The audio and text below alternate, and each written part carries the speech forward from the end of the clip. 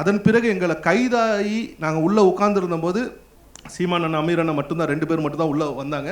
அப்போ வரும்போதும் வந்து ஆனால் இந்த மாதிரி செய்தி நம்ம சென்னை மெரினாவில் வந்து மக்கள் கூடிக்கிட்டு இருக்காங்க, எங்கள் விடுதலைக்காக கூடுறாங்க, ஃபஸ்ட்டு ஜல்லிக்கட்டுலேருந்து விடுதலை வரணுன்றதுக்காக கூடுறாங்க, ஆனால் நாங்கள் இங்கே வர போகிறதில்ல, அதனால் வந்து இதை வந்து செய்தியை கொண்டு போகணும் அப்படின்னோடனே திருப்பி வெளியில் போயிட்டு ஊடகத்தை கூட்டிகிட்டு வந்துட்டு அண்ணன் பேட்டி கூட கொடுக்கல.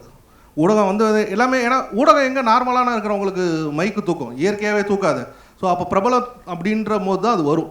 அப்படி இருக்கும் போது கூட அந்த இடத்துலையும் கூட நம்மளுடைய கோரிக்கைகள் என்ன அப்படின்றத முழுவதுமாக கேட்டு நீங்களே எல்லா விஷயத்தையும் சொல்லுங்கள் அப்படின்றத சொல்லி அன்னையிலேருந்து அந்த அன்பும் சரி, அதுக்கப்புறம் எல்லா விஷயமும் சொல்லலாம். நெடுவாசலாக இருக்கட்டும், இல்லை இங்கேருந்து ஓகி புயலுக்காக பயணித்தப்போ வந்து ஓகி புயல் இங்கேருந்து அண்ணன் பயணம் பண்ணதாக இருக்கட்டும், எந்த விதமான எதிர்பார்ப்பும் இல்லாமல் எந்த ஒரு அந்த ட்ராவல் என்ன பண்ணுறோன்றது கூட கேட்க மாட்டாங்க, சொல்லவும் மாட்டாங்க.